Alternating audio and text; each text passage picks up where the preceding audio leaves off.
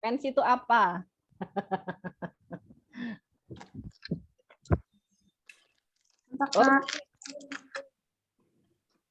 Oh, oke. Oke, kita mulai ya. Habibi di mute dulu. Ya, Bu. Habibi di mute dulu. Mute udah. Tegawa, Bunga. Oke. Bunga mute dulu. Iya. Sebentar, aku lupa namanya. Baik, Mbak Sarah oke? Aman? Can you spotlight untuk rekamannya biar ini biar bagus. Oke. Untuk recordnya dirimu biar bagus. Siap. Yap. Please mute your voice. Ya, oke, kita mulai. Tuh, wah agak. Bismillahirrahmanirrahim. Assalamualaikum warahmatullahi wabarakatuh. Selamat pagi teman-teman semua. Kita sambil menunggu peserta yang lain, tapi kita mulai saja biar on time. Rada telat sedikit, ada 7 menit untuk setting up tadi, instalasi. Nah, sekarang adalah Festival Kelasku Digital sesi ketiga, yaitu talk show, ngobrol bareng mahasiswa dari jurusan teknologi game kampus PENS. PENS itu Politeknik Elektronika Negeri Surabaya atau Poltek Negeri di Surabaya. Itu sekarang gampangannya disebut PENS. Nanti bisa dilihat teman-teman di pens.ac.id di website. Nah, kenapa kami mengundang satu tim ini? Mereka timnya bernama I Hate Naming Things. Oke. Ya, timnya bernama I Hate Naming Things. Mereka nggak suka nama-namain tim, jadi namanya gitu. Wes kan jenenge ngono bae nek basa Jawa ya. Terdiri dari 4 mahasiswa dan 3 mahasiswa dan 1 mahasiswi. Mahasiswanya bernama Saifuddin Alvin, Aldo Izulhaq, Andrio Imam Rafiki, dan Bunga Adinda. Mereka adalah satu tim yang apa ya namanya ya, tim game developer. Jurusannya memang jurusan teknologi game dan menjadi beberapa kali menjadi apa itu tim untuk lomba bikin game gitu. Disebutnya finalis KMIPN 3 dan Gemastik 14. Membuat game namanya Unlockdown kalau nggak salah ya. Saya sudah share sebenarnya di beberapa grup. Nanti sudah bisa diunduh dan diinstal dari Google Play Store. Itu adalah game yang bagus kalian ya, untuk yang gabut sama yang ada di masa karantina, jangan kabur, main game saja. Game Unlockdown. Ya. Apa itu kuliah jurusan teknologi game? Kuliahnya ngapain aja? Dulu waktu kecil suka main game enggak? Itu nanti pertanyaannya seputar itu ya. Kemudian ngapain kuliahnya di jurusan teknologi game? Emang kuliahnya itu harus ngoding enggak? Harus bisa coding enggak? Suka enggak sama coding? Atau dulu waktu main game dimarahin orang tuanya enggak? Nah, seputar itu juga ya. Karena itu nanti akan jadi masukan yang bagus untuk adik-adik di PKBM Bina Kreasi Bangsa dan juga di kelasku digital. Nanti juga kita tanyain finalis KMIPN 3 itu apa maksudnya, lomba bikin game itu apa, Gemastik 14 itu apa. Oke. Iya, ini kita sambil sabar aja ya, kita sambil tunggu yang datang. Host agak nge-mute nih, host. Bentar. Agak nge-mute nih saya. Oke. Sambil perkenalan kita panggil satu persatu, sorry. Bunga Adinda dari tim I hate naming things, pens, teknologi game. Silakan, open your mic. Iya, halo semua. Jadi nama saya Bunga Dinda. Biasanya dipanggil Bunga dan saya dari Teknologi Game Kampus Politeknik Elektronika Negeri Surabaya. Untuk di tim saya sendiri, saya berperan sebagai game designer, di mana game designer itu yang membuat konsep dan merancang terkait game yang akan kita buat. Oke, Mbak Bunga Adinda dulu suka main game juga nggak? Kalau main game ya suka, masih pas SMP, SMA gitu suka, SD juga. Oh, tapi bisa kuliah kan? Bisa sampai kuliah loh ya. Berarti nggak Iya. buruk-buruk amat ngegame ya. Nanti kita Iya. bicarakan juga tentang hal itu karena bisa menjawab keresahan orang tua atau wali murid atau guru yang masih ketakutan itu tentang kata game ini ya. Nah, kenalan lagi satunya dulu. Kenalan dulu ini kita belum ngobrol banget. Sama Mas Saifuddin Alvin. Ya, halo semua. Perkenalkan, nama saya Muhammad Syafiuddin Alvin dari biasa dipanggil Alvin dari D4 Teknologi Game Pens. Role-nya game designer dan juga game programmer. Oh, gitu. Dulunya SMA atau SMK? Mas. SMA, Bu. SMA ya? Ya. SMA kuliah di jurusan teknologi game yang harus ada ngodingnya, kelabakan banget nggak? Atau emang udah ngoding duluan sebelumnya? Kalau ngoding sih nggak kelabakan, lebih ke agak kesulitan itu ke kayak art gitu, Bu. Kalau saya ke gambar kan di teknologi game juga diajarin menggambar, diajarin desain visual, diajarin 3D gitu. Oh, lebih ke ini ya. Bingungnya lebih ke menggambar desainnya ya. Iya. Oke. Nanti kita lanjutkan lagi ngobrolnya. Selanjutnya adalah Mas Muhammad Aldo Isulhaq. Silakan berkenalkan diri. Halo semuanya, nama saya Muhammad Aldo Zulhaq, bisa dipanggil Aldo. Untuk di tim saya sendiri di I Hate Naming Things, itu saya berperan sebagai game artist dan juga terkadang bantu-bantu di game programmer. Untuk ya mungkin juga karena timnya kelompoknya cuma 4 orang ya, jadi perannya enggak begitu pasti, tapi kalau misalnya bisa bantu ya bantu aja seperti itu. Oh, perannya kayak serabutan ya. Iya. Dan Semuanya berperan. Oke. Oke, kita kenal dulu nanti yang terakhir Mas Andrio Imam Rafifki. Selamat pagi, halo semua. Saya Andrio Imam Rafifki, biasa dipanggil Rio. Di kelompok I Hate Naming Things, saya berperan sebagai programmer. Programmer. Oke. Mas Andrio ngoding sejak kapan? Ngoding baru waktu SMP sempat coba-coba, tapi stuck jadi nggak lagi. Habis itu lanjut lagi, mulai diseriusin pas masuk kuliah ini. Oh gitu. SMP waktu pertama kali ngoding pakai belajar bahasa apa? Bahasa Java waktu itu. Wah. Tapi stuck di. Jadi nggak dilanjutin lagi. Ya iya, awal-awal langsung kena Java ya, mumet ya. Iya.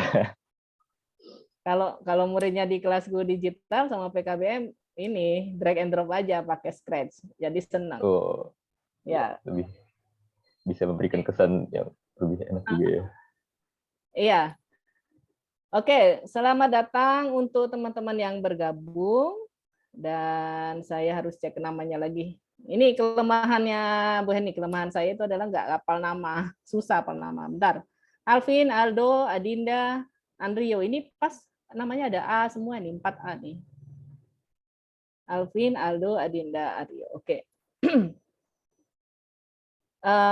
sesuai dengan yang diusung oleh Kelasku Digital yang membuat kelas coding untuk anak-anak dan mengenalkan teknologi digital untuk anak-anak, dan berpengalaman bahwa pintu masuk untuk mengenalkan teknologi atau ke dunia digital yang lebih produktif dan kreatif adalah, yang menarik adalah belajar coding. Jadi kita bahas codingnya dulu ini. Kemudian apa itu nyambungnya ke game ya, apalagi ini teknologi game. Yang pertama yang sesuai dengan teman-teman yang ada di sini di timnya, pengen tahu nih, kalau di kuliah di teknologi game itu, pertama belajarnya apa saja sih gitu. Kemudian kenapa dulu kok memilih masuk ke jurusan teknologi game? Kenapa nggak teknologi informatika kalau programming ya? Kenapa nggak sistem informatika atau hal lain gitu? Nah, itu pertanyaannya dulu. Kenapa kuliah di jurusan teknologi game dan belajarnya apa saja? Kemudian hal yang dikira, misalnya aku pengen kuliah di sini, aku kira akan belajar gini-gini. Ternyata pelajarannya seperti ini gitu. Nah, silakan jawab satu persatu ya, sesuai dengan yang saya panggil. Karena nanti pasti pengalamannya beda. Misalnya satu suka ngoding, satu suka gambar, satu ngiranya cuma main-main bareng misalnya di kampusnya gitu. Oke, urutannya kita acak lagi. Sekarang Andrio. Ya benar ya. Iya. Andrio gimana jawabannya? Jadi kalau di teknologi game itu nggak cuma ya pasti belajar tentang game, lebih khususnya seperti artnya, bagaimana cara gambar buat sprite-nya, memproduksi art.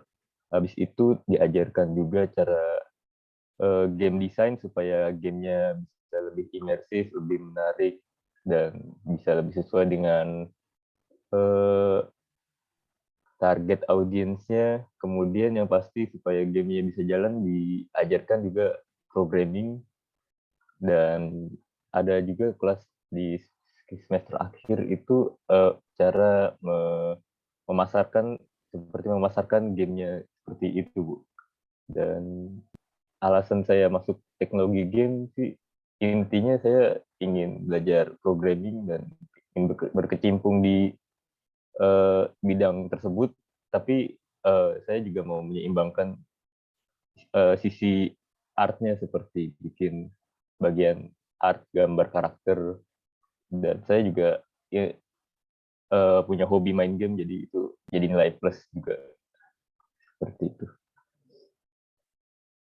Oh, jadi tapi sebenarnya sudah tahu sebelumnya ya, ada jurusan ini, jurusan teknologi game, dan aku pengen mendalami bikin game gitu. Iya, tahu. Oke, oke.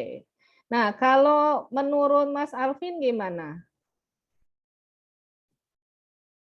Oh iya benar, Alvin. Ya di teknologi game memang belajar semuanya, tetapi di banyak semester itu lebih kebanyakan di ngoding daripada di game art atau yang lain. Soalnya kalau game art itu 1 atau 2 semester, kalau ngoding itu sampai semester 6 itu ada terus. Terus kalau alasan saya sendiri masuk teknologi game, sebenarnya saya itu nggak tahu kalau teknologi game ini seperti ini.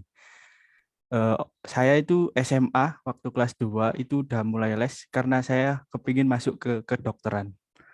Jadi terus waktu SMA kelas 3 itu ada pendaftaran yang SNMPN itu untuk politeknik lah. Terus teman saya ini bilang, Vin ini loh Vin, ada teknologi game. Biasanya kalau teknologi game ini main-main doang Vin. Kamu kan katanya ingin jadi pro player lah. Itu terus wah tertarik ya, ya udah saya masuk, terus alhamdulillah keterima. Ternyata SBMPTN saya juga keterima, tapi saya ya udahlah di pen saya main-main doang. Tapi waktu masuk semester 1 udah ada buat novel, udah ada gambar, wah itu agak pusing sih. Tapi alhamdulillah sudah berjalan 3 semester masih kuat. Nah, ini menarik ini. Ya benar kan? Pengennya jadi pro player. Iya. Pengen jadi game profesional, gamer profesional gitu ya.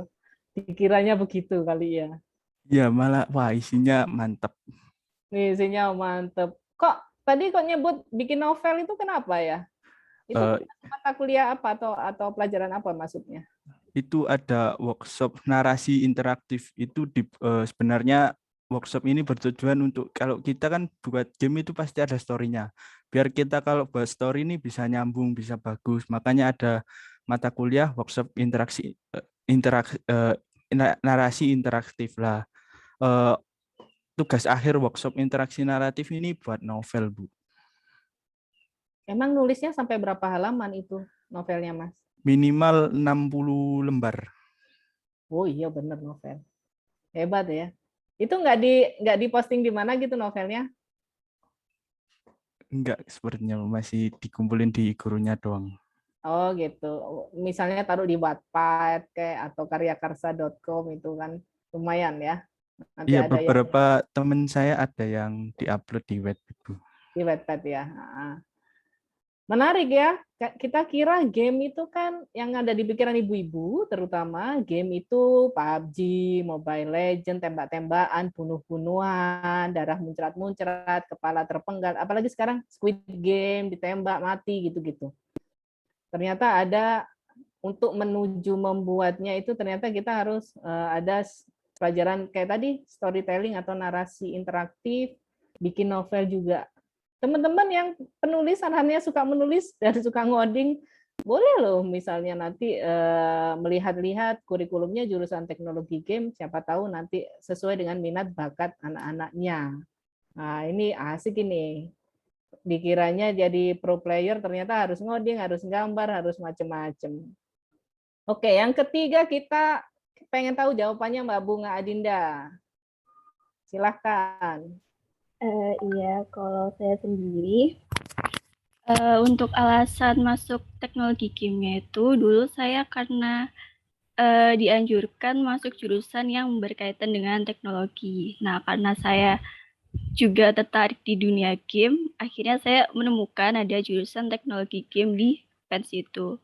Dan waktu itu saya juga lihat kurikulum di web PENS-nya itu kan di sana ada matkul yang akan diajarkan di tiap semesternya. Dan saya itu tertarik di beberapa matkul gitu, Bu. Karena ternyata teknologi game bukan hanya belajar ngoding, tapi juga seperti kata ya teman-teman tadi itu ada basis data, ada narasi interaktif, ada gambar 2D dan 3D, ada storyboard juga. Jadi akhirnya saya memilih untuk masuk teknologi game gitu. Oke, ini menarik nih.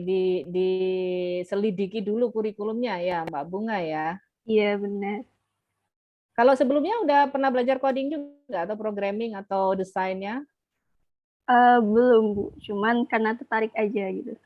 Dan karena potensinya juga besar kan ya di era sekarang ini terkait teknologi dan dunia industri game. Oh ya, ayo coba jelaskan. Apa potensi yang besar yang terbersit di benaknya Bunga?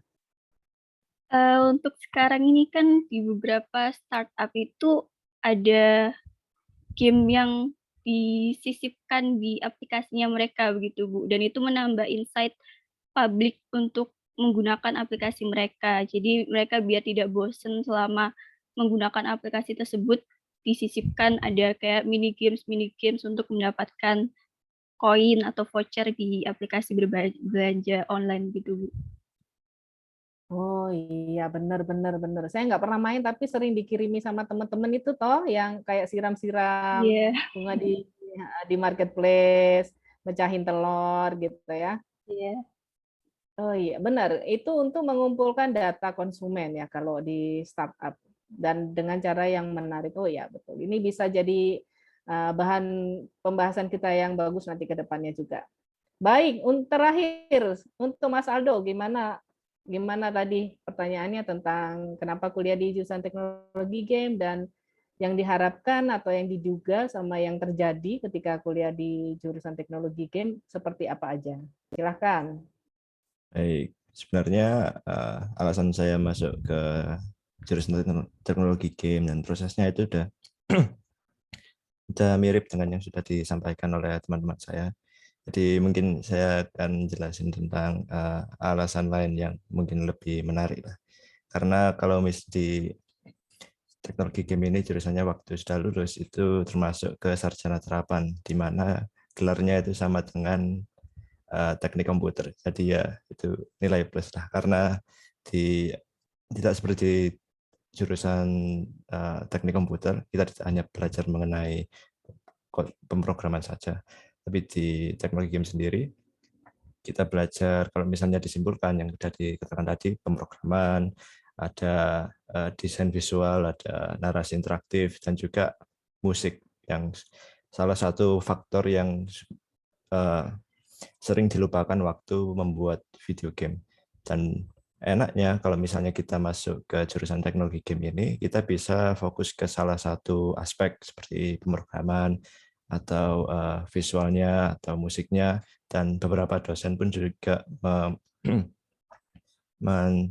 menghimbau para mahasiswanya untuk menjadi seperti itu, fokus kepada satu aspek. Lalu apabila sudah lulus, potensinya tidak hanya untuk bekerja di industri game development, tapi juga ke aspek yang telah difokuskan tadi. Jadi apabila sudah fokus ke membuat musik misalnya, bisa dilanjutkan setelah lulus. Dan kalau misalnya kebanyakan dari kita itu milih pemrograman, jadi kalau misalnya sudah lulus, kita nggak perlu untuk mencari sebuah perusahaan dari game development saja, tapi juga bisa ke industri lain yang butuh pemrograman, karena emang dari dasarnya pemrograman yang dibutuhkan untuk membuat game itu juga sudah bisa dibilang lumayan advance atau lumayan kompleks seperti itu.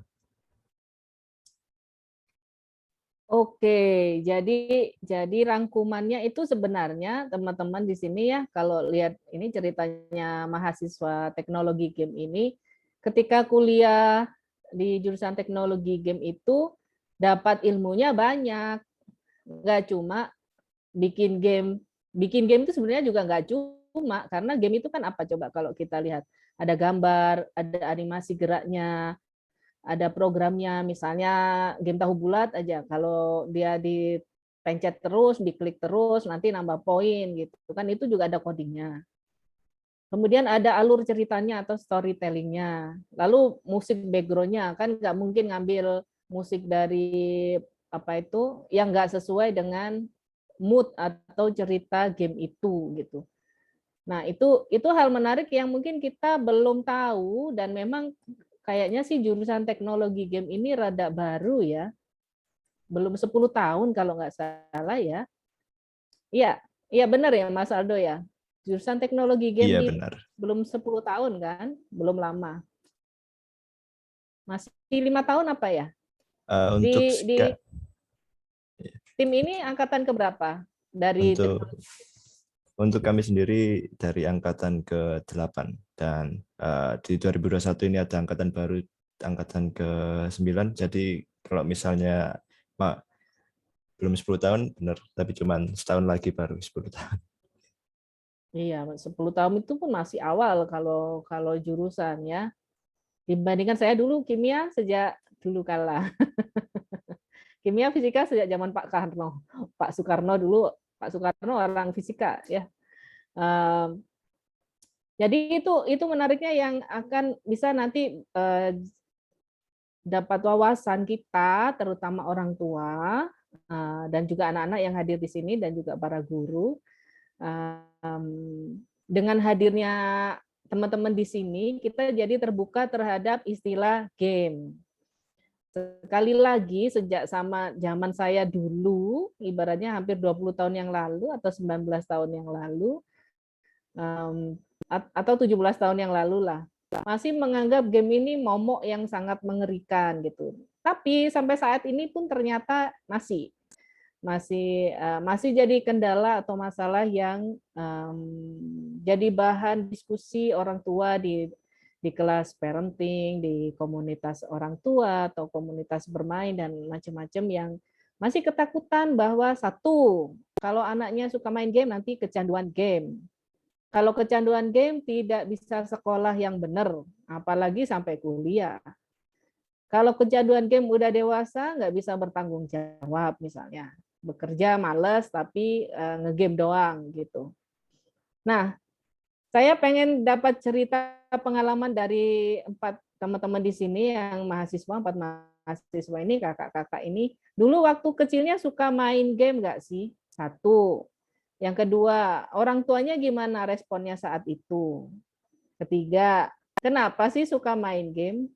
Keempat, suka main game, tapi kok masih bisa sekolah dengan benar, dengan baik, itu resepnya gimana? Kelima yang terakhir, emang kalau main game, itu manfaatnya apa ke diri kalian sendiri? Apakah jadi mikirnya bisa cepat, apakah cekatan, siaga, mikir, dan lain-lain ya. Nanti diceritakan satu persatu. Kita mulai dari Bunga aja deh. Urutannya, ganti lagi. Bunga Adinda, gimana tuh? Tentang Iya. game di masamu kecil dulu dan efeknya ke kalian sampai bisa sekarang malah kuliah menekuni game development. Silakan. Iya, kalau saya sendiri emang suka main game, tapi yang game-game santai gitu. Jadi alasan saya main game itu kebanyakan karena diajak teman gitu untuk refreshing sambil main bareng gitu. Kalau dari orang tua sendiri itu memang rada tidak suka ketika saya kebanyakan main game gitu. Tapi ada saudara saya itu yang memberitahu ke orang tua saya bahwa nggak apa-apa main game itu nggak apa-apa, soalnya di game itu kita bisa belajar banyak hal, kayak misal bahasa itu paling ngefek di saya itu adalah bahasa. Jadi lewat game itu saya belajar bahasa Inggris itu lebih cepat dan lebih lebih menyenangkan gitu daripada belajar di sekolah yang dimana kalau di sekolah negeri itu kan bahasa Inggrisnya cuman basic ya, cuman kayak tenses atau verb gitu. Nah, kalau sementara di game itu kita tuh bisa ngobrol secara langsung sama pemain yang bukan dari Indonesia dan mereka itu menggunakan bahasa asing. Jadi kita bisa interaktif bersama mereka dan melatih speaking kita gitu. Karena kebanyakan saya main game itu serunya waktu open voice gitu, open mic gitu. Jadi kita interaksinya lewat mic gitu, Bu. Jadi sekalian belajar bahasa asing dan speaking bahasa Inggris gitu. Wah, ini menarik ya. Jadi belajar speaking-nya ke natif langsung ya dan Iya, santai gitu. iya santai dan Saya seperti kayak dulu daily. ya Iya, enggak saya jadi bentrok ngomongnya. Perbandingannya saya dulu belajar ngobrol dengan native di suatu akademi itu stres karena nggak formal, formal. iya. takut salah gitu. Oh, oke, asik. Itu Kak, terus kok bisa sambil main game bisa mengatur waktunya, bisa mengatur konsentrasinya. Katanya kan game merusak konsentrasi kita gitu. Tapi kok bisa sampai menyelesaikan sekolah dengan baik? Itu gimana Mbak Bunga dulu menjalaninya, menjalani hari-harinya gimana? Oh ya, kalau saya sendiri itu tetap belajar itu prioritas utama. Jadi kalau misalnya game itu di saat kita sudah menyelesaikan tugas dan pembelajaran di sekolah, lalu kita ingin refreshing dan kebetulan ada waktu luang, jadi kita bermain game. Dan kalau misalnya game itu membuat hilang fokus itu sebenarnya tergantung juga ya Bu ya. Jadi menurut saya malah game itu melatih fokus. Jadi ada beberapa game itu yang kayak puzzle atau teka-teki gitu yang membuat kita itu konsentrasi untuk berpikir bagaimana menyelesaikan game tersebut gitu. Jadi tidak semua game itu merusak konsentrasi seorang menurut saya. Oh iya, masuk akal, benar-benar. Tapi saya bukan gamer, nggak telaten saya. Mungkin yang akhirnya bagus anak-anak gamer itu telaten kan, Iya, mulai dari telaten. nol. Saya tuh kalau kalah sekali udah langsung uninstall lagi. Baik, untuk cerita selanjutnya dari Mas Alvin, silakan. Ini seru kita dapat cerita-cerita berbagai versi ya dari Kalau teman. Monggo. kalau saya sendiri sih dulu itu orang tua saya itu nggak melarang tapi juga nggak ngebebasin. Jadi waktu kecil SD itu saya dibeliin PS itu. Ya itu boleh main PS tapi syaratnya itu harus udah belajar dulu, harus ngerjain tugas gitu waktu SD. Tapi waktu SMP kan sekolah di pondok jadi nggak ada waktu buat game lah. Waktu SMA saya udah keluar itu ganti ke game yang kompetitif. Menurut saya positifnya game itu kalau game kompetitif itu jadi kita banyak teman kayak teman buat mabar, teman buat ya bonding bareng gitu, Bu. Terus Bonding bareng maksudnya apa bonding bareng itu? kalau semua kita itu punya tim untuk mempererat hubungan antar teman dalam satu tim itu kalau main game lebih cepat menurut saya. Ya bilang saja kalau game ML kan 5 versus 5. Jadi kalau kita punya tim 5 kan harus punya otaknya ini harus satu sih, Bu. Harus nurunin ego antar pemain biar bisa menang gitu. Jadi lebih cepat kayak nyari chemistry dengan pemain lain gitu menurut saya. Oh bisa ya, padahal online ya. Kalian ibaratnya nggak pernah bertatap muka sebenarnya. Bisa Iya. ya? Bisa, Bu. Soalnya kan ada voice chat, ada yang teks gitu. Berarti ini dengan penjelasannya Alvin ini kita nggak ada kan yang bilang game itu nanti bikin anakmu nggak mau bersosialisasi dengan temannya yang lain nih. Berarti kalau penjelasannya tadi, pengalamannya tadi, game itu malah mempererat anak-anak yang nggak kenal jadi kenal. Nanti kalaupun kopdar gimana? Bisa seakrab itu nggak kira-kira? Saya dulu itu waktu SMA kan kayak suka banget main Mobile Legends. Nah itu kan kayak ada kompetisi. Terus saya diajak sama salah satu teman saya, anak SMA 2, saya nggak pernah kenal. Cuma ya main di game. Terus waktu ketemu langsung juga asik-asik aja. Tergantung orangnya sih, tergantung dirinya ini bisa nerima orang tersebut apa enggak. Kalau dari gamenya sih menurut saya sih lebih bisa mengakrabkan. Soalnya kan saya nggak kenal dia tapi saya bisa kenal, bisa sampai ikut turnamen bareng gitu. Oh, sampai ikut turnamen juga, Mas Alvin. Ya Wah. dulu di Jombang ada turnamen gitu, turnamen antar kafe lah. Oh, gitu. Menarik pengalamannya. Baik, kita dengar selanjutnya pengalaman dari Mas Andio. Ya, jadi kalau dari saya waktu masih SD sih sebenarnya orang tua saya khususnya ibu saya lebih nggak terlalu membatasi sih, cuma ya dibatasin main game dari cuma hari Jumat, Sabtu, Minggu. Jadi ya sisanya pakai buat belajar, jadi kerjain. Jadi Senin sampai Kamisnya bisa fokus ngerjain tugas dan lain-lain. Terus itu karena udah 6 tahun kayak gitu, saya mulai dibeliin PS waktu kelas 1, terus akhirnya ke bawah juga sampai SMP. Jadi pas SMP itu saya cuma bisa nggak nyaman aja kalau misalnya dari Senin sampai Kamis main game. Tapi pas SMA mulai kenal sama game komputer, sama game kompetitif, terus udah punya HP-nya juga sudah Android, jadi bisa lebih lebih bebas lah. Tapi ya untuk ngatur waktunya aja yang sedikit, tapi bisa karena udah dibiasakan dari SD SMP tadi, ngatur waktunya jadi lebih bisa antara belajar, ngerjain tugas sama main game, seperti itu sih, Bu.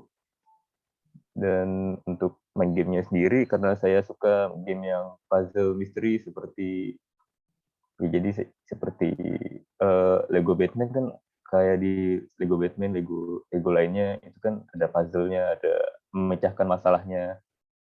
Jadi saya lebih sampai sekarang pun problem solving-nya bisa lebih terbiasa seperti itu sih, Bu. Wah, ini satu kata kunci lagi, pembiasaan jadwal ya, Mas Anio ya. Itu sejak SD ya, sudah diberikan aturan seperti betul. itu. Misalnya melanggar konsekuensinya apa tuh? Bisa disita sebulan. Disita PS-nya ya, gitu ya. Oh ya, jadi nanti memang sesuai perkembangan usia. Kalau anak SD ya, kalau orang tua kita versi orang tua parenting itu tarik ulur. Jadi sesuai perkembangan usia, belum bisa dibebaskan kalau udah SMA, udah kuliah gitu kan ya. Belum tahu. Jadi ini kebanyakan ayo di stop, itu yang nyetopin orang tua. Tapi hal yang tadi menarik adalah pembiasaannya sejak kecil, sejak SD itu orang tuanya concern untuk mengatur jadwalnya, boleh enggaknya bermain, nanti pasti meningkat sesuai usianya. Dan tadi ternyata gamenya itu kalau dari tiga cerita tadi bahwa bermain game itu yang dibilang kita takutnya anak-anak nggak bisa fokus belajar itu malah fokus, tergantung gamenya kayaknya ya. Dari sini mungkin kita harus lihat-lihat dulu nggak pembicaraan ini bukan untuk membolehkan segala jenis game. Jadi setelah mendengar ini Bapak Ibu sekalian jangan membebaskan oh ya wis ternyata game bikin anakku pinter kok gitu. Enggak, dilihat dulu mainnya apa, berapa jam sehari, usianya berapa, itu juga dilihat dulu. Nah, yang terakhir adalah Mas Aldo Isulhak, nanti pengalamannya apa itu terkait efek game sejak dia kecil sampai nanti ke karakternya, ke kuliahnya, ke belajarnya gimana? Silakan. Baik. Untuk pertama pengalamannya untuk main game waktu kecil. Orang tua saya ketat banget, lebih ketat dari Andrio kayaknya. Itu jadi tidak hanya seperti yang udah dibilang sama gue ini tadi, tidak hanya membatasi waktunya, tapi juga game yang dimainkan. Jadi kalau misalnya saya main game terus ada di layar komputer lihat ada pisau langsung hapus, ada senjata hapus. Jadi game yang saya mainkan kebanyakan point and click atau kayak Harvest Moon dan lain-lain. Jadi jadi petani lah gitu, simulator jadi petani. Tapi untuk kalau misalnya kita membahas mengenai pembelajaran dan untuk fokus kepada hal yang lain, memang sudah benar mengenai time management dan bermain setelah kita melakukan tanggung jawab yang kita punyai. Tapi ada suatu hal yang mungkin terlewat dari kebanyakan orang, yaitu kalau misalnya kita bermain game, itu kita juga disuruh untuk mempelajari game tersebut waktu di level tutorial. Untuk memainkan sebuah game yang levelnya 40 level atau bahkan lebih, itu kita hanya mempelajari game tersebut dari satu scene doang, yaitu tutorial di awal game. Nah, dikarenakan orang yang sering bermain game itu sudah terbiasa dengan hal tersebut, sudah terbiasa untuk mempelajari hal baru dengan cepat dan memahaminya dengan cepat.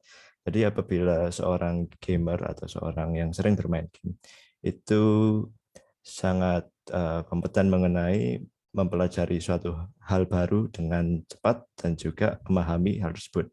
Lalu ada hal lain yaitu mengenai mungkin alasan kenapa kok banyak orang lebih memilih bermain game daripada dengan pelajaran di sekolah. Ada suatu research dari Harvard yaitu dengan situasi kebanyakan anak-anak waktu yang lebih pintar daripada anak-anak rata-rata di sekolah. Apabila mereka diberikan suatu solusi, contohnya mari kita bilang mengenai pelajaran matematika. Apabila anak tersebut mengerjakan soal yang diberikan oleh gurunya dengan lebih cepat daripada yang lain, apa yang terjadi? Yang apabila anak tersebut meminta untuk soal selanjutnya, misalnya hari ini kita mempelajari bab 1, yang seperti itu. Lalu si anak tersebut memahaminya lebih cepat daripada anak yang lain.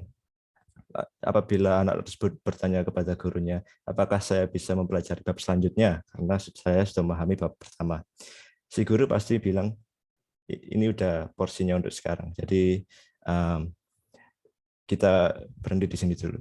Tapi apabila anak tersebut kita menggunakan psikologi yang sama di permainan, di game, kalau misalnya di game, apabila anak tersebut menyelesaikan level 1, yang terjadi adalah selamat, Anda menyelesaikan level 1, silahkan ke level 2. Jadi perbedaan dari sebuah game dan juga sekolah, di mana sekolah itu anak-anak dipaksa untuk mengikuti dari alur sekolahan, di mana game itu gamenya yang mengikuti alur dari anak tersebut, sehingga hal tersebut juga bisa membantu perkembangan dari anak, dikarenakan mereka juga dipaksa untuk berkembang terus-menerus dari level 1 ke level 2, lalu yang lebih susah level 3, level 4, dan seterusnya, seperti itu.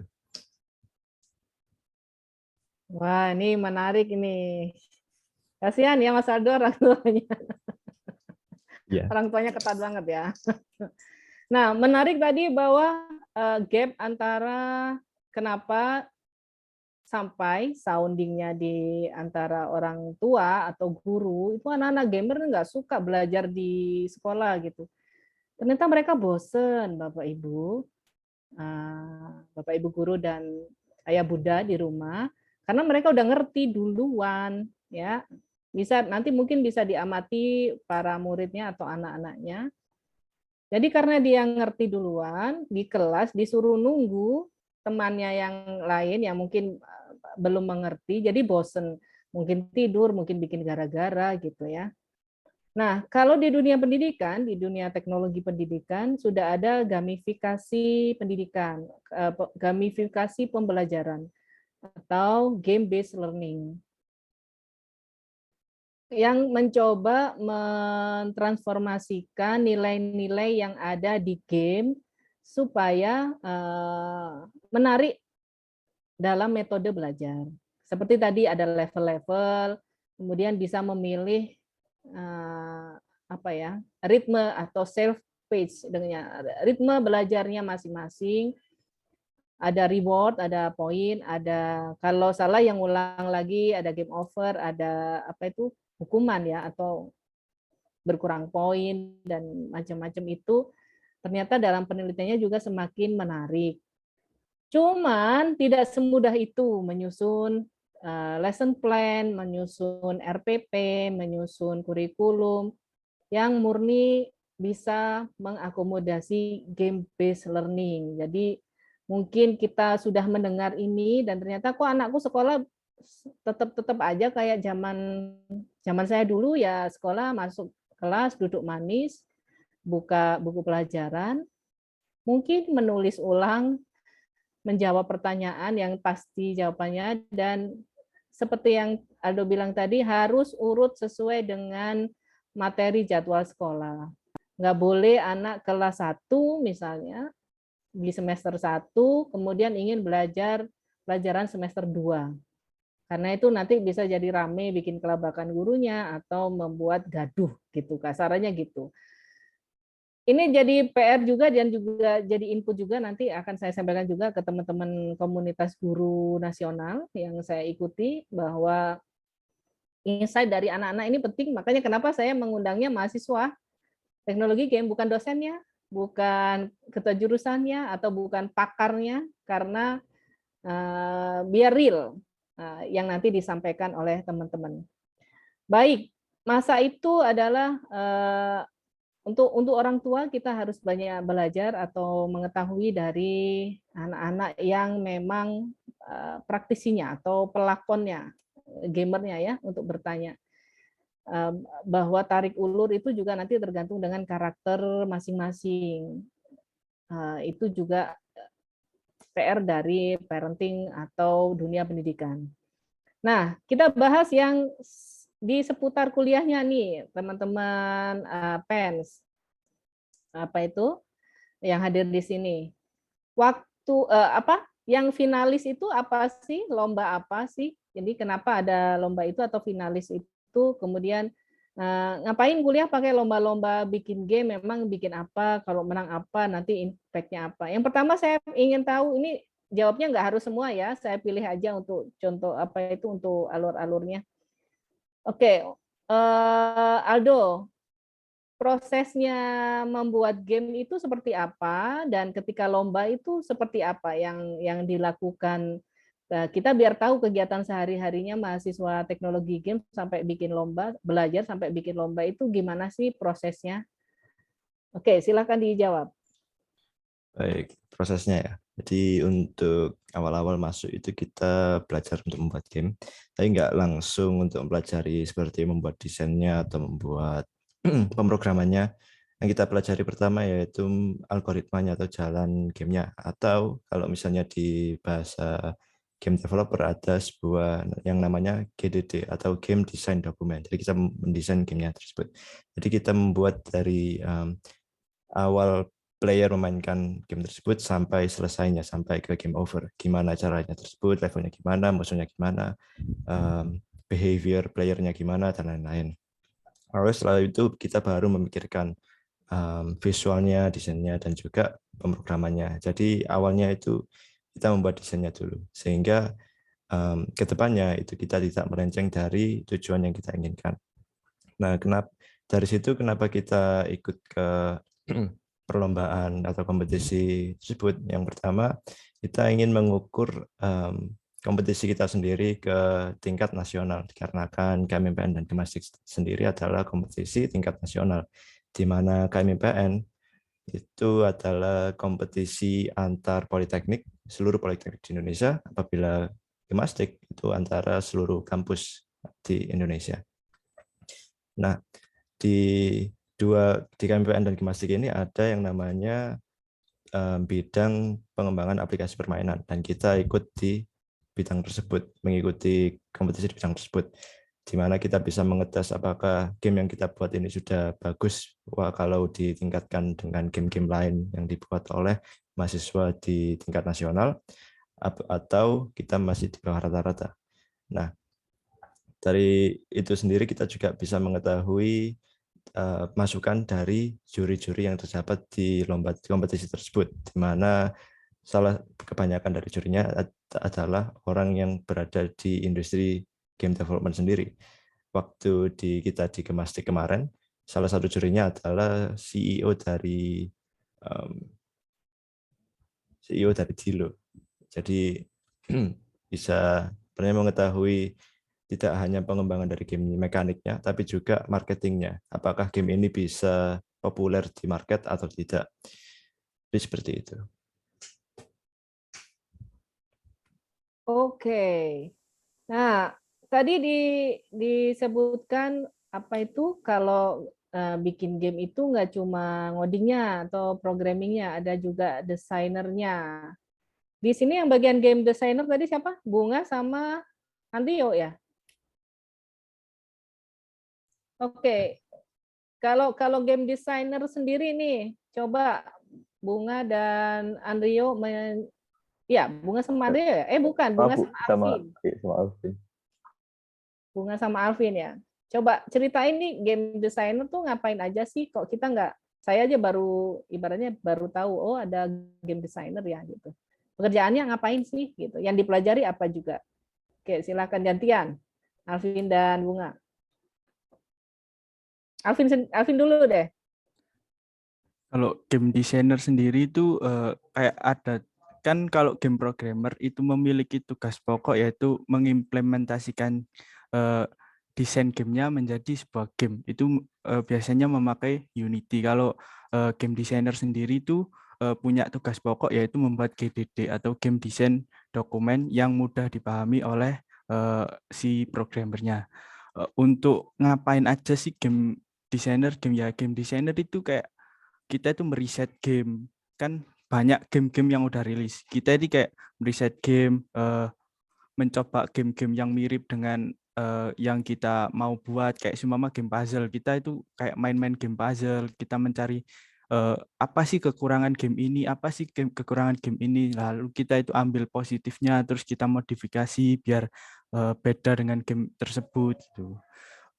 Ya, terus untuk kayak seumpama kita bikin desain puzzle. Nah, itu kita nggak bisa kayak harus jadi puzzle gini, itu nggak bisa. Kita harus konsultasi dulu dengan game programmernya, game artnya, apa bisa buat game gini. Kalau nggak bisa, kita harus cari lagi game puzzle yang sekiranya bisa dibuat oleh game programmer. Karena kita masih mahasiswa, jadi kayak kemampuan kita masih terbatas, belum bisa nge-explore sesuka game desainnya juga, tapi harus juga memikirkan temannya gitu.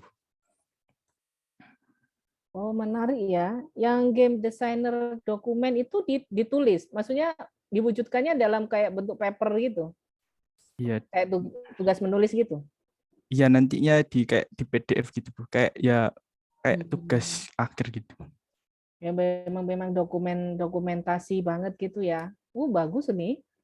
Bagus banget sebenarnya kalau diterapkan juga di proses belajar mengajar materi apapun, mau matematika, fisika, bahasa Jepang dan macam-macam, karena ada riset, ada kompromi dengan temannya dan lain-lain kalau untuk tugas akhir. Menarik ini. Kalau Bunga gimana? Game designernya bagian ngapain? Iya, sebenarnya kurang lebih sama dengan Mas Alvin. Jadi game designer itu kami mengkonsep alur game dari awal sampai akhirnya gimana.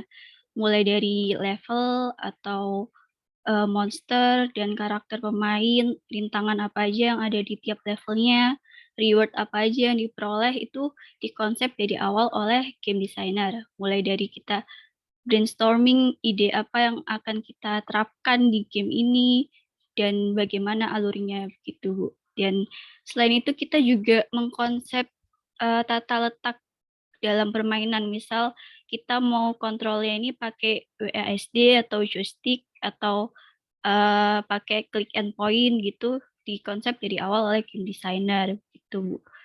Lalu komponen-komponen dalam game seperti skill atau spell atau potion itu juga dikonsep di game design dokumen tadi, dan tata letak dalam screen permainan itu juga dikonsep dalam yang disebut wireframe dan diletakkan di game design dokumen tadi.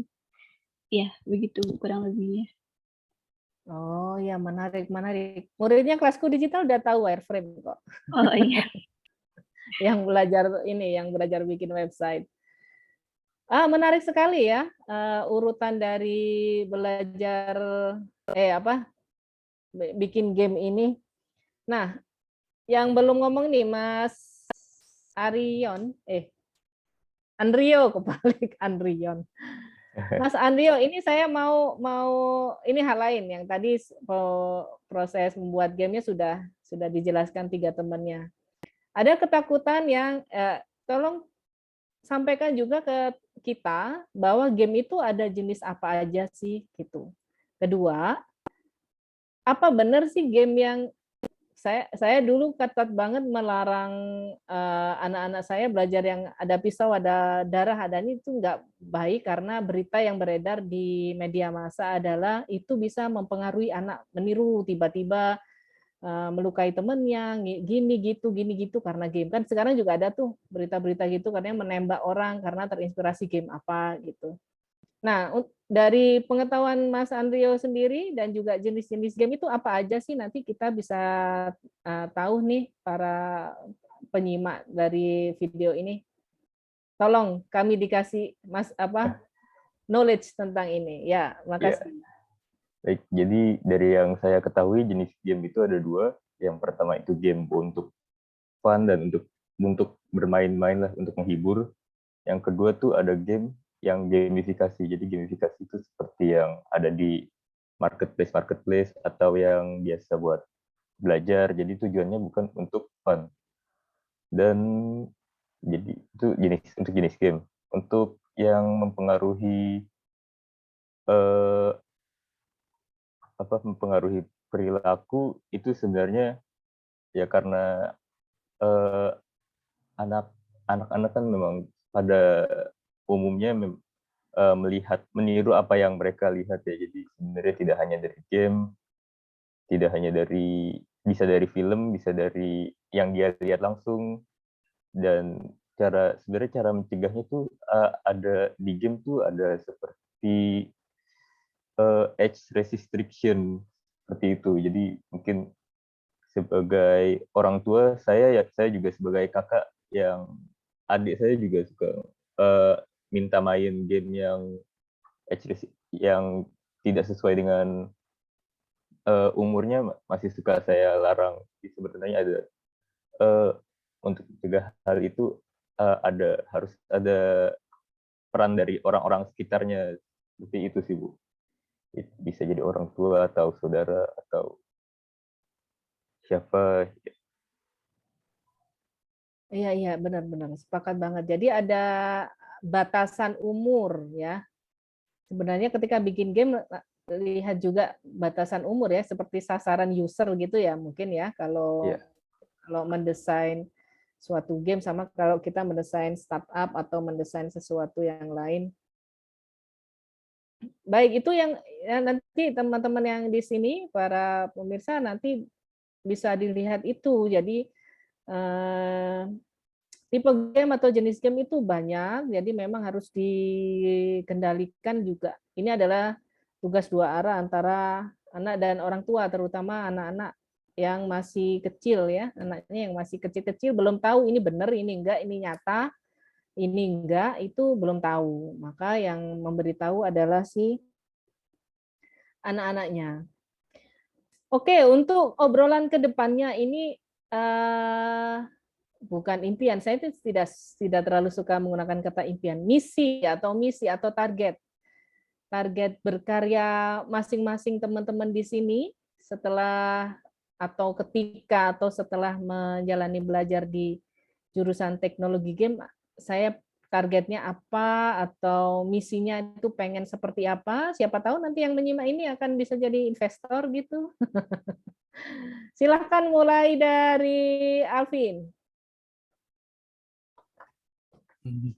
Kalau saya sendiri, kalau sebenarnya kepinginan saya setelah lulus nanti ya masih yang pertama itu kayak menjadi pro player dalam sebuah game.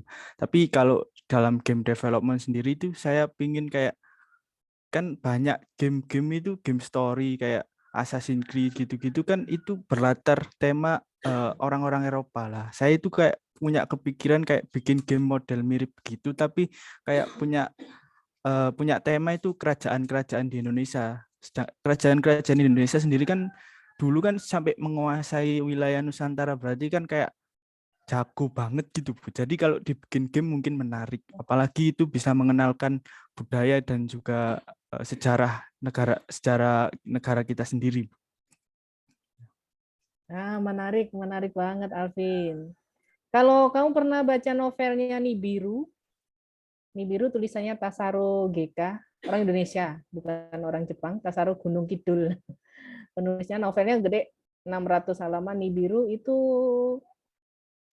imajinatif. Kalau menurut saya, kalau misalnya film pun kalau dibikin akan lebih bagus dari Harry Potter. Apalagi nanti dibikinin game seadanya. Semoga dijadiin film ya.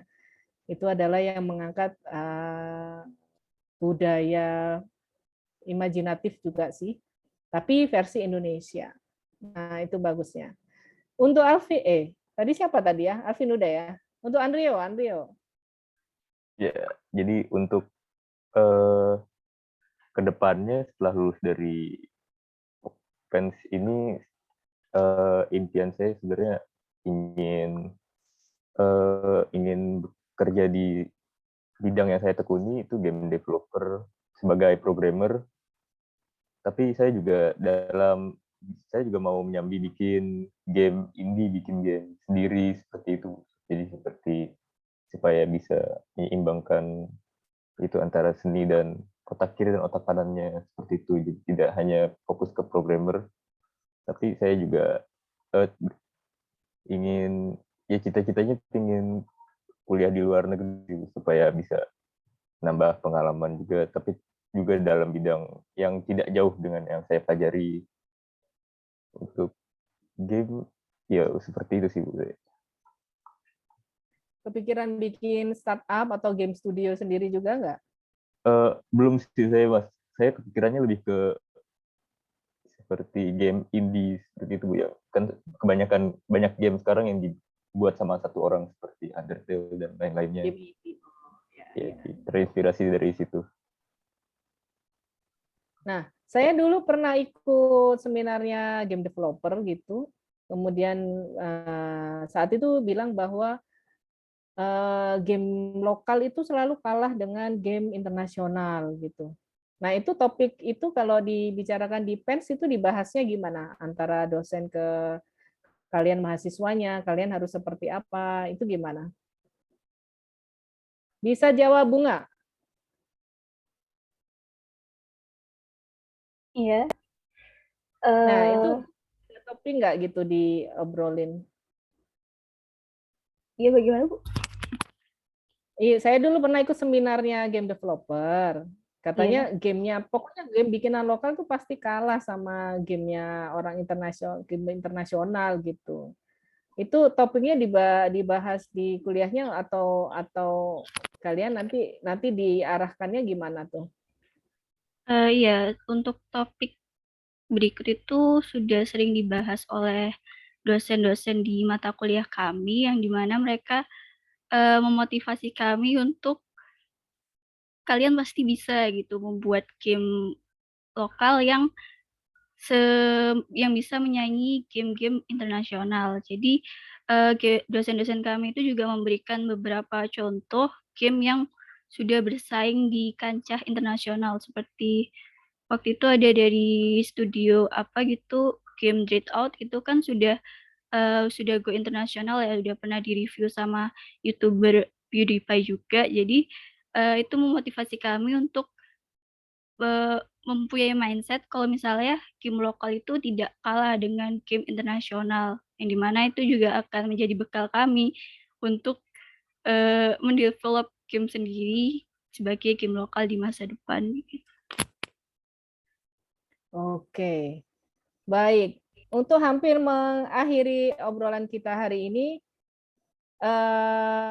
prospeknya gimana bekerja setelah lulus atau selama kuliah setelah lulus di game developer, atau rencana ke depannya itu, dan kira-kira seperti apa yang perlu dipersiapkan oleh para mahasiswa teknologi game ini yang nanti yang pasti sudah dibicarakan bersama di kampus, bisa dibagi dengan kita semua ini, Mas Aldo? Bagaimana game developer tuh nanti ke depannya, bagaimana apa saja rencana-rencana yang bisa para mahasiswanya bisa dapat atau peluangnya, itu nanti bisa dibagikan di sini, nanti bisa dapat jadi wawasan ke orang tua yang mungkin anak-anaknya sangat tertarik di bidang programming, designing, dan game ini. Silakan. Baik, kalau dari mahasiswa teknologi game sendiri, paling apa namanya, keuntungannya adalah nanti banyak sekali industri atau game studio yang akan mencari karyawan baru di teknologi game, karena emang dari jurusannya sendiri teknologi game, jadi sudah berpengalaman di bidang tersebut. Dari kami sendiri sudah dapat ada beberapa kunjungan dari AKT Studio dan juga Toki Production dan lain-lain. Tapi apabila mahasiswanya tidak tertarik untuk ke game developer, seperti yang saya katakan tadi, bisa mencari pekerjaan atau mencari masa depan di aspek atau di bidang yang mereka tekuni sebelumnya. Jadi bisa saja fokus ke programming atau visual design atau musik. Atau juga apabila mahasiswanya tidak tertarik untuk ikut ke industri tapi ingin membuat game indie atau membuat sebuah game secara sendirinya di zaman sekarang di mana internet sangat terjangkau, itu sudah banyak cerita mengenai indie game yang tidak berpengaruh dari mana studionya, dari mana orangnya, selama gamenya bagus, itu mereka bisa menjadi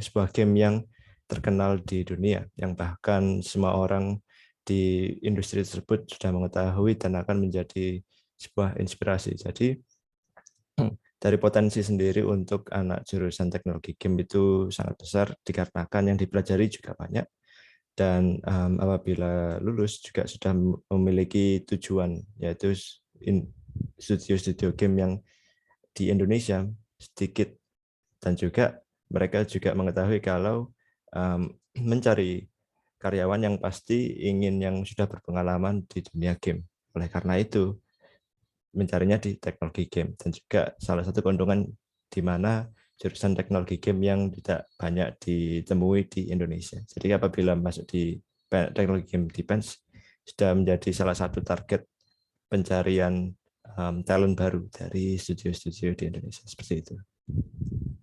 Iya, terima kasih banget. Itu tadi pertanyaan saya dari sisi edukator mungkin ya. Untuk Ibu Sarah, halo. Ada pertanyaan dari sisi orang tua murid gitu atau apa dari PKBM? Mumpung ada anak-anak ini nih. Unmute dulu. Oke. Mbak Heni, teman-teman semua, menarik ya tadi saya mendengar paparan dari teman-teman. Saya berharap ini sih sebenarnya wish dari orang tua juga saya sendiri ya. Saya pribadi ini yang memang bergerak di bidang pendidikan. Saya berharap teman-teman semua di sini betul-betul bisa mensupport anak generasi muda zaman sekarang yang memang tadi itu saya sempat terpikir ya, kalau memang pendekatannya melalui games yang memang notabene saat ini memang banyak sekali anak-anak mungkin adik kelas ya Mbak Heni ya, sebutannya adik kelasnya kakak-kakak di sini ya, yang memang mereka itu sebenarnya menyukai game, cuma belum terarah gitu. Tadi kalau saya pelajari, saya dengar tuh ada kata Kak Bunga ya. Kak Bunga tuh menjelaskan tentang beberapa mata pelajaran ya, matkulnya itu sendiri yang mungkin bisa disosialisasikan ke depannya tuh. Jadi ini teman-teman harus sering sosialisasi nih Mbak Heni. Saya berharap tuh teman-teman sering sosialisasi ke dunia luar bahwa memang kenyataannya saya suka sekali ya tadi bahasannya tentang mata kuliahnya tuh apa aja gitu. Orang tua kan udah keburu parno ya, karena ngedenger game itu, waduh, wasting time, gitu kan. Tapi gimana caranya yang disebut selama ini wasting time itu bisa jadi quality time. Dan saya tertarik sekali ingin mengetahui mata kuliah itu apa aja sih, ada beberapa yang saya dengar tadi dari Kak Bunga ya, itu kayak menarik gitu untuk dibicarakan, untuk dibahas lebih mendalam. Untuk orang tua itu tahu betul seperti apa kenyataan tentang game developer ini ya, karena memang tidak notabene soal game aja gitu loh. Jadi sosialisasikan sedini mungkin nih dari semester 1. Misalnya teman-teman punya project di mana semester 1 mata kuliahnya apa aja, dan itu betul-betul disosialisasikan ke adik-adik kelasnya gitu yang memang usianya tuh kisaran SMP, SMA yang kalau menurut saya kasihan sekali ya akhirnya gamer itu mereka itu bingung nih misalnya, aduh mau kuliah kemana ya, terus orang tuanya what gamers gitu kan, langsung udah parno aja gitu dengar kata gamers. Nah gimana caranya mensosialisasikan do you like games, so you have to responsibility gitu, apa yang kamu harus pelajari gitu, jangan pengen gamenya aja, menikmati bermain game karya bukan karya sendiri gitu ya, gimana caranya mendevelop itu gitu loh. Jadi memang ini untuk kakak-kakaknya saya harapkan yuk bikin project di mana mensosialisasikan betul bahwa memang ini tuh bisa diberdayakan untuk hal yang lebih positif gitu ya. Jangan berhenti di kelasku digital ya Mbak Heni, saya harapkan ini harus sering nih mensosialisasikan keluar seperti apa sih mata kuliah ada semester 1, jadi kita arahin nih sebelum mereka ketemu dosen, dia ketemu user gitu yang memang kesehariannya itu kita udah deh kalau kata Mbak Heni tadi nggak usah dari dosennya lah, nggak usah dari ininya, yang merasakannya aja dulu gitu, yang akan menjalaninya gitu kan. Jadi kan di sini berarti adik-adik yang memang gamers gitu ya, mereka harus mau diarahkan gitu loh Mbak Heni supaya kalaupun mereka suka, jangan suka aja, kalau bisa paham yang kamu suka tuh apa gitu dari itu. Kalau sekedar suka, biasanya itu bertahannya sebentar dan cuma akan jadi penikmat games. Jadi mereka cuma akan menikmati, tapi mereka tidak belongingnya tuh nggak besar. Kayak kalau saya dengar dari teman-teman tadi tuh, sepertinya belongingnya sudah mendalam ya, ingin meng-create. Nah, saya sukanya gitu, meng-create. Bagaimana menimbulkan kecintaan mereka terhadap game itu jadi meng-create sendiri yang memang itu edukasinya ada ya, sisi edukasi buat masyarakat gitu ya. Seperti tadi Mas, siapa ya tadi ya tuh? Muhammad Saifuddin tuh berarti siapa tuh Mas, siapa panggilannya ya? Untuk yang memperkenalkan sejarah Indonesia gitu ya. Saya suka sekali tuh sejarah Indonesia. Terus mungkin tadi Mas Andrio juga kan dengan plan ke depannya gitu ya. Mas Aldo dan Mbak Bunga sendiri kayaknya seru kalau bergabung itu di mana dari mulai sekarang tuh mengedukasi adik-adik lewat kelasku digital yang akan memfasilitasi ya Mbak Heni ya. Gamers go to school gitu ya. Oke, saya support dari PKBM open kapan aja teman-teman siap. Kayak kita punya mau bikin webinar gitu ya. Saya betul-betul support nih karena memang kita nggak bisa ini ya Mbak, membendung memang anak-anak sekarang itu gamers nih. Saya nih berharap teman-teman yang ibu-ibunya gamers, yang anaknya memang gamers, keresahannya ini dengan dia ikut webinar ini, tadi yang Mbak Heni festival ini saya harapkan tuh mereka akan open mind, termasuk saya. Begitu saya tadi ngedengar teman-teman bicara tuh, wah keren juga ya ternyata mata kuliahnya itu macam-macam ya. Ya harus di-share tuh Mbak Heni nanti. Boleh tuh saya tahu sampai lulus apa aja ya. Termasuk. Oh iya. Saya pengen tahu deh kalau teman-teman di sini udah ada, mungkin ada Kaldika ya. Pengen deh saya tahu tuh apa aja sih mata kuliahnya. Kalau Coba boleh ada yang bisa bantu jawab. Salah satu. Kaldiknya gitu apa aja sampai lulus nanti kan. Berapa SKS gitu. Yang bisa, yang ingat kuliahnya apa aja tuh? Ayo. Ya silakan. Sebentar, Coba. Bu. Ya, Ya. saya lihatkan jadwalnya. Untuk tahun lalu itu ada workshop produksi game, praktikum pemrograman, matematika, workshop dasar menggambar, lalu ada narasi interaktif, pengantar psikologi, dan workshop review dan analisa game. Itu untuk semester pertama. Untuk semester kedua ada dasar ekspresi visual, pemrograman 2, praktikum mekanika game, lalu ada praktikum basis data, workshop produksi game ada lagi, dan juga workshop storyboard. Untuk di semester 3, semester ya, yang kami jalankan sekarang, itu ada workshop komposer musik, workshop grafika komputer, tren teknologi game, terus ada matematika 3, dan workshop produksi game 3. Setidaknya seperti itu, Bu. Untuk kedepannya masih belum pasti apa mata kuliahnya. Oh, banyak kan? Ya, itu berarti matematik ya Mbak Heni yang banyak ya? Oh iya, harus jago matematik. Ada pelajaran matematiknya, kuliahnya. Ya, ada. Matematikanya sampai apa? Kalkulus atau matriks dan ruang vektor atau apa?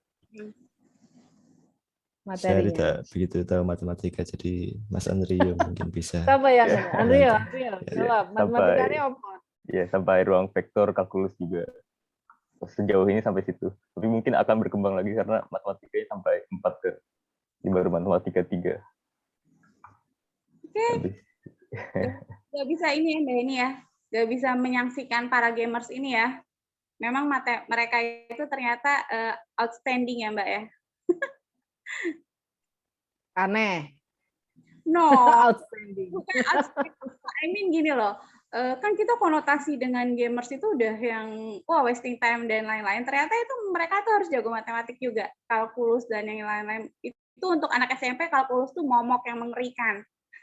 Anak kelas 7 tuh belajar kalkulus. Nah makanya emang mereka itu ternyata kan ya itu tak kenal maka kata sayang ya. Di sini saya ngelihatnya tuh masya Allah ya keren.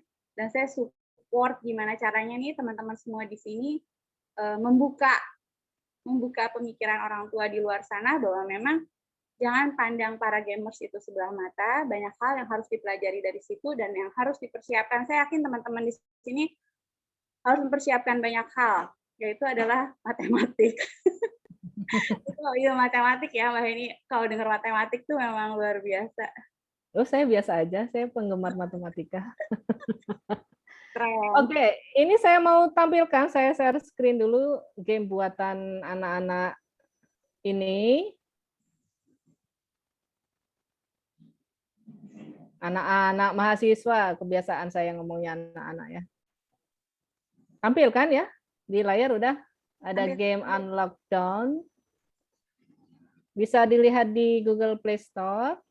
Habibi, nanti download ya, menurut saya nih. Nah, ini bikinan keempat anak ini kita puter.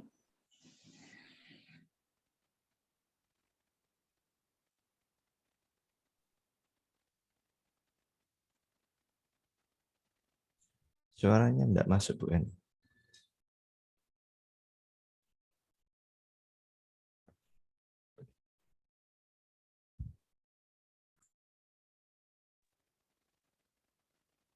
audionya Mbak Heni. Nggak dengar ya? Ini kenapa? Share audio ya. Bentar, saya ulangi.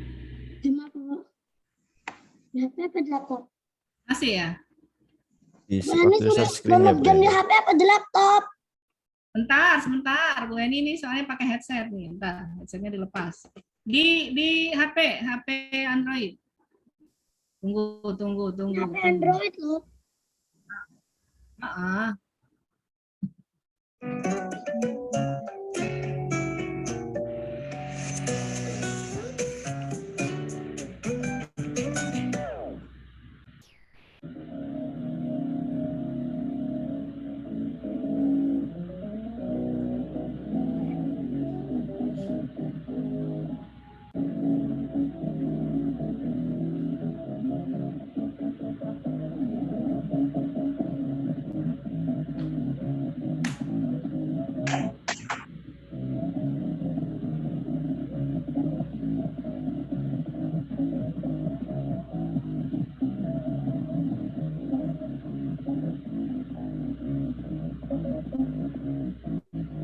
Ini emang nggak ada suaranya ya Mbak Heni ya? Ada?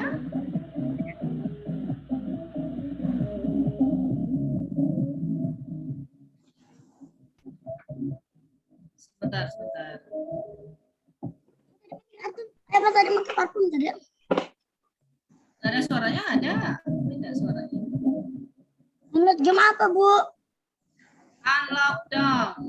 Nanti dikasih di link di chat. Udah kedengeran suaranya Mbak Sarah? Ada kan?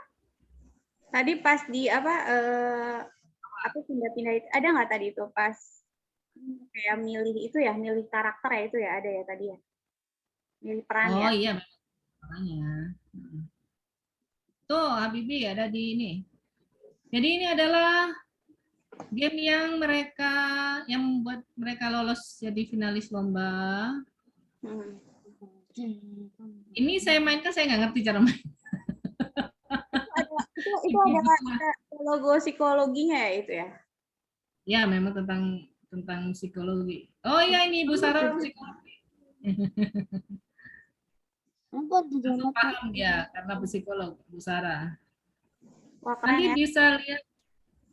Nah, mungkin sosialisasinya tim akhir naming things susah banget nyebut timnya itu, nggak ada singkatan apa gitu.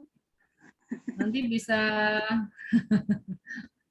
panjang namanya. Bisa ini apa promosi apa ya namanya promosi ya. Ya mengenalkan Unlockdown kemana-mana sambil ngobrol tentang game developer, kuliah di teknologi game. Setahu saya, teknologi game itu S1-nya hanya di PENS ini, D4 atau S1. Kalau yang lain itu teknologi game hanya ada S2. S1-nya IT biasa. Ini sudah jurusan yang sudah menjurus banget. Ada yang mau cerita ini gamenya tentang apa? Mas Aldo mungkin? Ya. Game Unlockdown itu tentang apa, ngapain? Ini kok miring ini ya? Baik, untuk game Unlockdown sendiri ini kita membuat sebuah game seperti yang terinspirasi dari Tinder. Jadi kita memilih suatu skenario mengenai karakter yang kita mainkan yaitu Charles. Di mana Charles itu terjebak di lockdown. Jadi tujuan kita adalah membuat Charles bertahan hidup di situasi lockdown tersebut. Nah, kita mengambil inspirasi dari Tinder yaitu memilih mengenai apakah Charles menerima atau menolak skenario yang ditampilkan. Seperti tadi ini endingnya ini, karena Charles tidak bijak mengenai pilihannya, player tidak bijak mengenai pilihan yang mereka ambil. Jadi parameter kebutuhan yang pada bidang kesehatan habis duluan, jadi ia meninggal. Bisa dilihat di bagian atas itu ada UI atau icon-iconnya, yaitu parameter kebutuhan yang player harus seimbangkan. Apabila salah satu habis, maka player akan mendapatkan game over. Apabila seimbang semua sampai 36 bulan atau masa lockdown, kaya akan memenangkan game ini. Nah, untuk endingnya sendiri juga tergantung dari parameter kebutuhan yang player dapatkan. Apabila salah satu habis duluan, maka ia akan mendapatkan ending mengenai hal tersebut. Seperti yang tadi ya, juga ada simbol psikologi, ada juga mengenai parameter kebutuhan keuangan dan juga kesehatan. Seperti itu. Itu ada 3+ itu maksudnya apa tuh? Usia yang boleh mendownload games ini gitu? Iya, itu seperti settingan dari Google Play Store-nya. Berarti anak-anak boleh ya? Iya, anak-anak boleh. Oh, keren-keren tuh. Asalkan anaknya bisa baca. Kalau gitu ini bisa disosialisasikan ya Mbak Heni ya, berarti ya, gamesnya ya? Promote. Oke. Biar banyak yang pakai. Ini gimana caranya nih calon entrepreneur ya, kalau bicara anak kampus sekarang, yuk kita sama-sama jadi apa Mbak, entrepreneur ya. Technopreneur. Iya, ini kayaknya sudah ada, ibaratnya ini sudah ada sebuah produk di mana memang bisa disosialisasikan, nilainya juga edukasi ya. Jadi ini adalah bisa belajar tentang sebuah keseimbangan secara mental ini loh. Dia harus menentukan pilihannya kan di sini kan ya. Simbol psikologi yang mana sih? Yang tengah. Logo yang Yang atas kayak itu. garpu pala. Kayak garpu tala itu. Itu berarti tentang make decision ya. Oh iya, benar ya. Coba saya Mengembangkan coba ya. ini loh, mengembangkan kemampuan pengambilan keputusan. Make decision, benar. Ya bagus, keren. Sampai berapa bulan bikin game kayak gini? Untuk konsep awalnya kita pertama mengikuti deadline dari KMIPN, yaitu 3 bulan. Tapi untuk menyelesaikannya atau mempolis gamenya itu mungkin sekitar tambahan 2 bulan untuk menambahkan konten-konten dan mengirimnya ke Gemastik. Jadi kalau di total sekitar 5 bulan. Itu normal segitu atau emang karena lomba ya? Sepertinya karena lomba dan juga karena kita harus menyeimbangkan membuat game dan juga kuliah. Iya. Apabila kita diperbolehkan fokus untuk membuat game, mungkin waktu yang dibutuhkan akan lebih sedikit, lebih singkat. Ya, benar. Betul. Kalau memang kerja doang, game developer mungkin 3 bulan gitu kali ya. Bu Sarah mungkin bikin game nih, game PKBM. Iya, saya jadi tertarik Ya. ini nanti akan Menarik. tertarik disosialisasikan ke ini gimana nih? Saya pengen tahu nih tantangan nih ke depannya nih buat teman-teman semua, gimana caranya menggeser. Kan menggeser gimana ya? Akhirnya kita geser selera game, selera apa ya namanya Mbak Heni itu namanya ya? Kita tahu lah. Mengarahkan ya. Di luar sana kan nih masih di kasarnya itu masih menjadi penikmat games yang ada ya Mbak Heni ya. Nah, gimana caranya itu kira-kira ada plan nggak dari teman-teman tuh untuk membiasakan mereka itu untuk lebih mengenal, tertarik dengan games yang ada yang di-create oleh teman-teman gitu. Seperti ini gitu contohnya itu. Apakah ada rencana, ada plan dari teman-teman itu pernah terpikir nggak? Maksudnya ini target saya nih anak-anak Indonesia itu harus bisa kita arahkan gitu untuk lebih mencintai produk Indonesia gitu. Jadi kita ibaratnya kita tahu ya games di sini itu harus sebenarnya sesuai dengan kultur ya. Ya Mbak Heni, jangan sampai menyimpang dari kultur-kultur di Indonesia yang ada ya Mbak Heni, diharapkan seperti itu kan. Nah jadi itu teman-teman pernah terpikir nggak ada ini kan sebuah tantangan sebenarnya ya. Sebagai game developer itu artinya secara kita bukan hanya sekedar games, tapi secara sisi kepentingan bermanfaat untuk umat juga ya, untuk supaya lebih bisa mengarahkan ke games yang lebih edukatif gitu loh. Ada nggak tuh teman-teman plan seperti itu ya? Pernah terpikir nggak ya ke arah sana? Coba ini Bunga bisa jawab planning untuk, kan ini sudah jadi produk gamenya.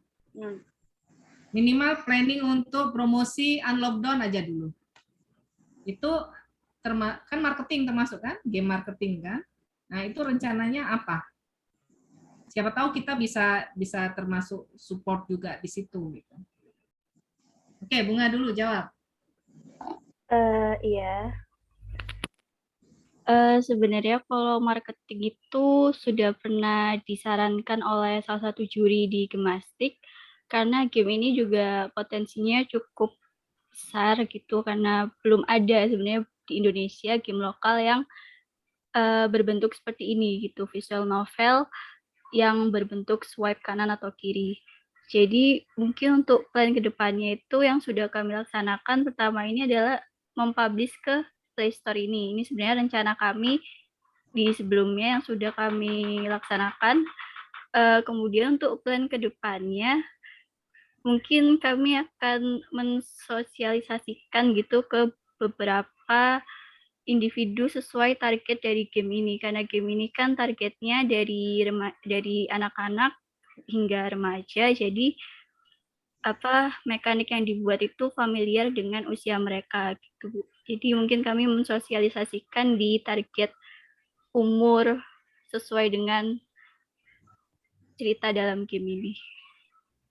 Oke, kalau gitu, bentar Kak Sarah. Ayo, Kak Sarah mau ngomong apa? Udah. Usia berapa kira-kira? Oke. Kalau tujuan awalnya itu game ini ditujukan untuk usia 13 tahun hingga 25 tahun, Bu. Untuk rencana awal waktu itu. Oke. Bisa. Berarti ke sekolah-sekolah ya, Mbak ya? Ke sekolah-sekolah yang umur 13 tahun tuh SMP lah ya berarti ya? Iya, SMP, Bu.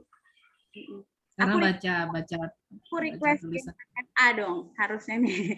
Game untuk anak-anak rada sedikit ke bawah dikit ya, Mbak? Berarti ya. Ya order aja Ibu, order aja ke tim ini. Order ya, order. Game developer. Iya. Oke. Oke, ini untuk saya memberi masukan aja untuk Bunga sama tim Ahead Naming Things. Pertama, marketing selalu pasti nanti dibutuhkan ya, karena kita di era digital kan berarti digital marketing. Pertama, minimal kalian punya jujukan yang dituju.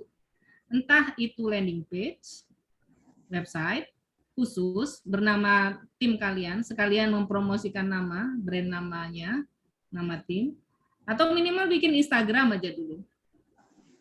Karena kalau sasarannya anak, dan misalnya itu nanti anak SD bisa baca kan, anak SD kelas 3 udah bisa baca ini.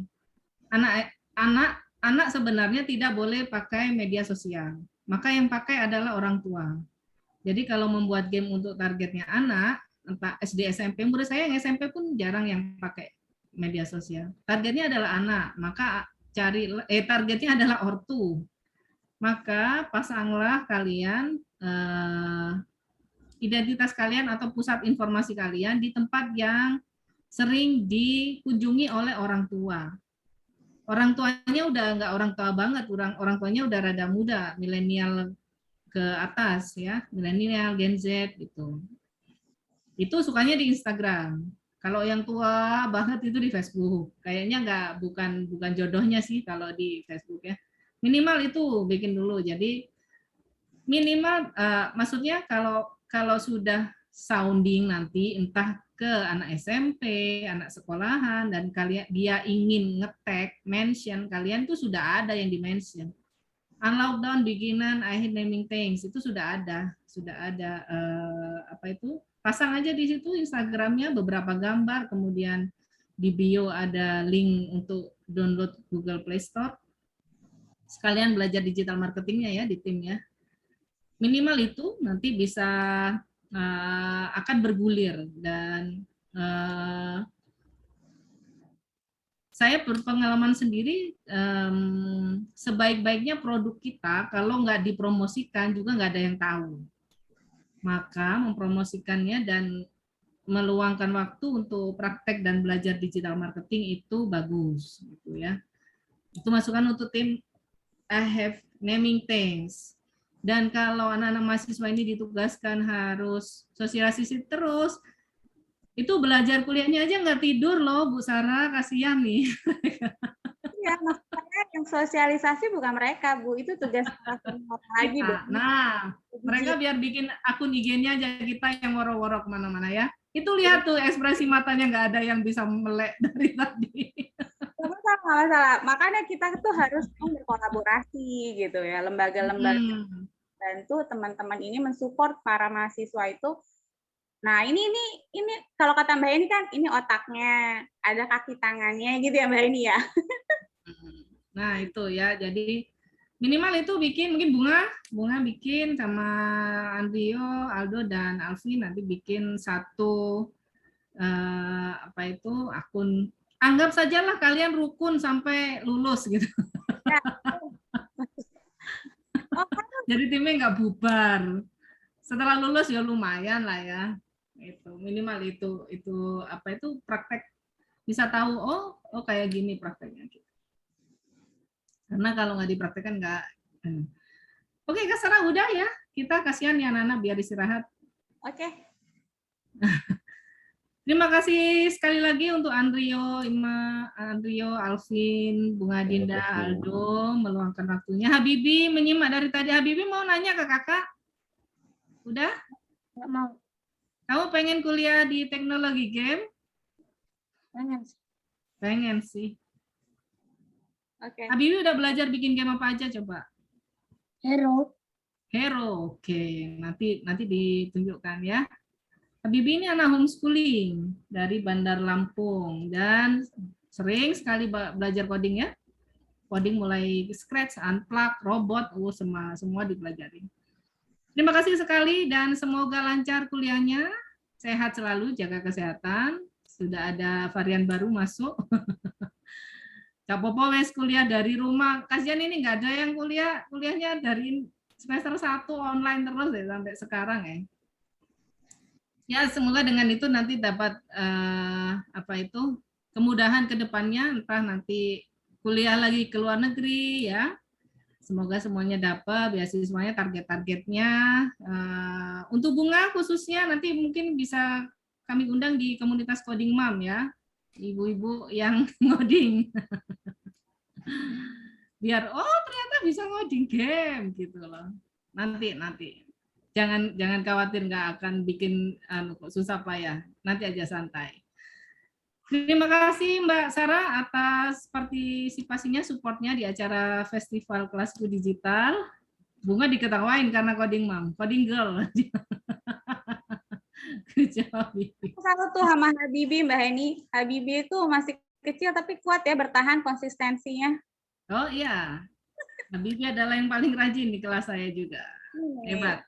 Ini harus rame sama adiknya, adiknya kok ini kok nggak ikut terjun di depan laptopnya, biasanya rame gitu, rebutan.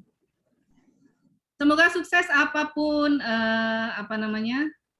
cita-citanya atau target dan misinya. Kalau pengalaman nasihat dari saya yang dulu hanya mahasiswa kuliah doang, sebanyak mungkin kalian seperti sekarang ikut lomba, lalu beneran ngeran produknya itu beneran dibisniskan, berarti dipromosikan, beneran praktek itu, banyak magang dan lain-lain. Itu nanti akan sangat bermanfaat karena udah berlatih duluan di masa kuliah. Jadi di dunia kerja itu hal yang sangat baru dan berbeda dengan masa kuliah. Paling enak kalau sekarang kalian udah kenal. Jadi jangan kuliah tok kayak saya dulu ya. Saya dulu cuma di lab, pulang ke kos, belajar di lab. Di lab dari matahari nggak ada sampai matahari hilang lagi gitu. Ya, terima kasih Alvin. Nanti tidur ya. Kasihan. Udah merem dari tadi. Aduh, Andrio, Bunga, Dinda. Udah saya tarik bicara, nggak ada coding mom lagi, girls intake aja. Ya, terima kasih Habibi. Salam ke Mama ya. Ya, assalamualaikum warahmatullahi wabarakatuh, teman-teman. Semoga akan menjadi manfaat dan wawasan baru untuk kita tentang game dan gamer.